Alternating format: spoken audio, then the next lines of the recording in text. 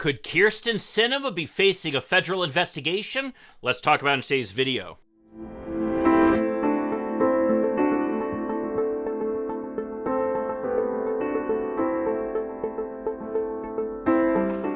Hi, I'm Mike Greiner. I'm a lifelong Democratic activist who's concerned about the direction our country is taking. I'm also a lawyer and an academic, and I'm here to help you stand up to the BS of the MAGA crowd. So Kyrsten Sinema, she's the problem child of the Democrats, having basically sunk our efforts during the last Congress to increase taxes on the rich, something Joe Manchin, interestingly enough, was willing to do, and made her mark fighting for the interests of hedge fund managers, because there are a lot of those in Arizona who she represents. Well, one side benefit of Kyrsten Sinema's disregard for her constituents and prioritizing of very wealthy hedge fund managers in her political work is that she's been a pretty prodigious fundraiser. That's what makes her decision to leave the Democratic Party and potentially run as an independent something problematic.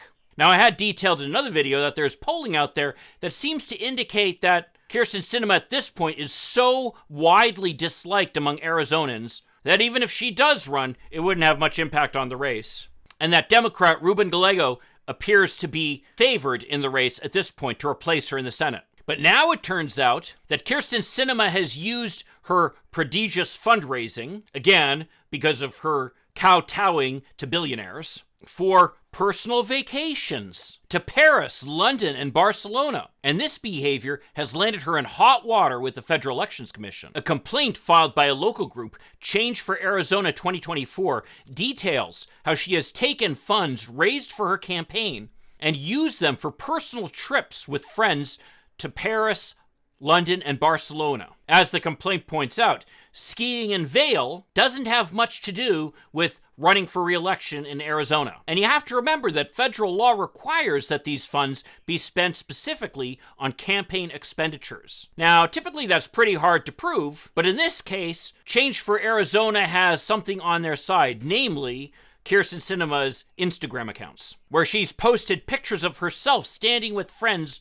shopping in Paris. Not engaging in anything looking like a campaign event, that's for sure. Could this turn into a real problem for Kyrsten Sinema? Well, probably not. For her part, Kyrsten Sinema doesn't necessarily dispute the allegations. She just says that the group that filed them lacks standing to bring them. A pretty lame response, if you ask me. But the problem with the Federal Elections Commission is it's become kind of a political football, as so many things have. And Republicans have worked to block the Democrats from making sure that enough people are appointed to the commission to actually make it effective. In fact, the way it works is that half the commissioners have to be Democrats, half of them have to be Republicans.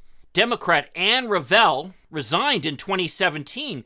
The commission actually had fewer than 6 commissioners with a majority of Republicans. And those Republicans have basically acted consistently to block any kind of efforts to stop people from abusing the campaign finance process. Because, of course, we know that abusing the campaign finance process is central to the Republican Party strategy at this point. It's why Mitch McConnell and the Republicans on the Supreme Court are so allergic to any kind of campaign finance reform. So the point is, would they step in and do something here? I think, frankly, the Republicans would like to see Kyrsten Sinema continue to be a thorn in the side to the Democrats. And their hope is that she will run and that she will at least draw some Democratic votes away from the Democratic nominee in that race, potentially handing it to the Republicans. So will they do anything about it? Likely not. And even if they did do something about it, it would likely be little more than just a slap on the wrist. That being said, it just shows the depth of unhappiness that there is with Kyrsten Sinema in Arizona. And the fact that even if she does run as an independent, there's not a whole lot of enthusiasm for sending her back to another 6 years in the Senate. Well, if you want to check out the video where I detail the polling data that shows just how irrelevant Kyrsten Sinema has become to Arizona elections, check out this video over here. I'll see you then. In the meantime, let's hope for continued progress. Thank you.